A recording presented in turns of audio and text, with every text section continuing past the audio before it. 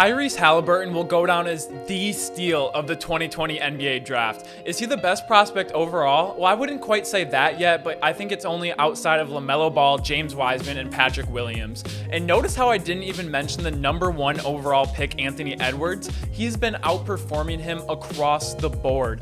The rookie out of Iowa State was selected 12th overall by the Sacramento Kings and has been a huge part of their team coming off the bench. He has shocked everyone and exceeded all expectations, giving the Kings 30 minutes a night, and has been proven to be a consistent team-first player, ultra dependable, and statistically brilliant. So going over some of his strengths, he is a 6'5" guard who can play on or off the ball, and he even plays as big as the 3 position in the Kings small ball lineup.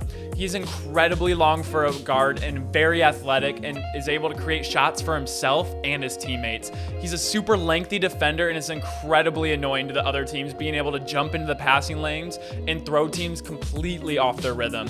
And he has a huge advantage over smaller guards, being able to move his feet, stay in front of them, and make jump shooters super uncomfortable getting them off their spot.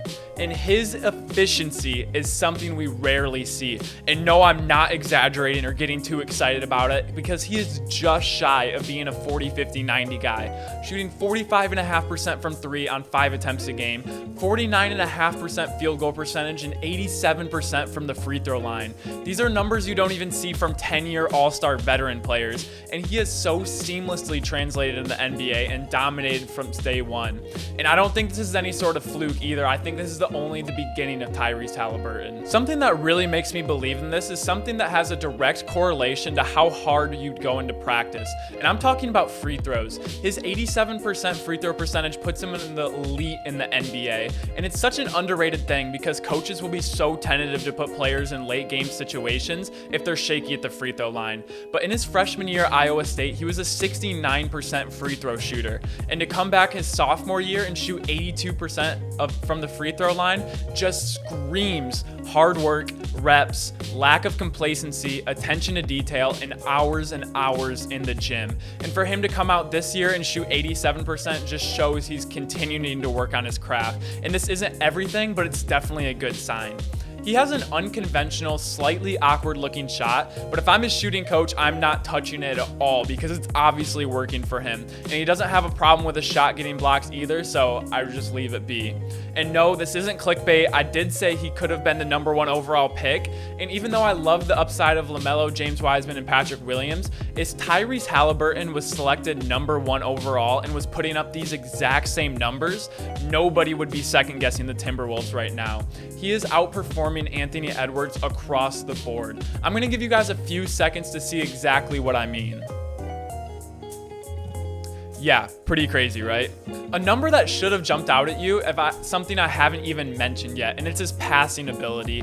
5.3 assists is bonkers coming off from a bench player that doesn't have the same usage rate like a Kyrie Irving or a Damian Lillard. But why is he coming off the bench with these kinds of numbers, you might ask? Well, he is currently behind De'Aaron Fox and Buddy Hield, and this is a scary, young, and dynamic backcourt that the Kings have. The rotation from these 3 players have been the brightest spot from this 500 Kings team. And at 20 years old, how do I see him developing as a player? Well, the Kings will do everything they can to keep him a part of their team, but I think he's going to outgrow his role as a bench player for a 500 team. So this is where I look to Luke Walton and say, what is the direction of this team? Well, I also look at the GM and say, is Luke Walton your direction? But that's a completely different video, and we'll focus on the first one. So they have 3 very good young players in Fox, Haliburton, and Marvin Bagley. They're a bottom seed in the playoffs or a play-in team at best. And there's really interesting players on this team like Harrison Barnes, Buddy Hield, and Rashawn Holmes, but this is a really awkward team to build around.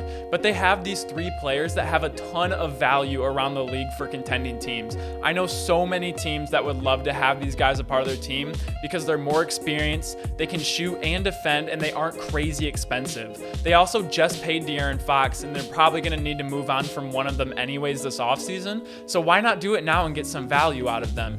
Get another solid pick, or a young promising player to make this team even more exciting, because you already know who Buddy Hield and Harrison Barnes are as players, and this would give the Kings a ton of draft flexibility and cap flexibility going into next year. And they really need to do everything they can to focus on developing Tyrese Haliburton as much as possible, because he's playing behind Buddy Hield right now, and it doesn't make much sense in the large scope of things and what I can see this franchise being. They have the potential to be a very good, like Mike D'Antoni's Suns team, or how the Nuggets are now coming up as a young team, but I just think they're awkwardly constructed and they have the wrong head coach. I cannot wait to see how Tyrese Haliburton develops into the game, because he's been killing it recently.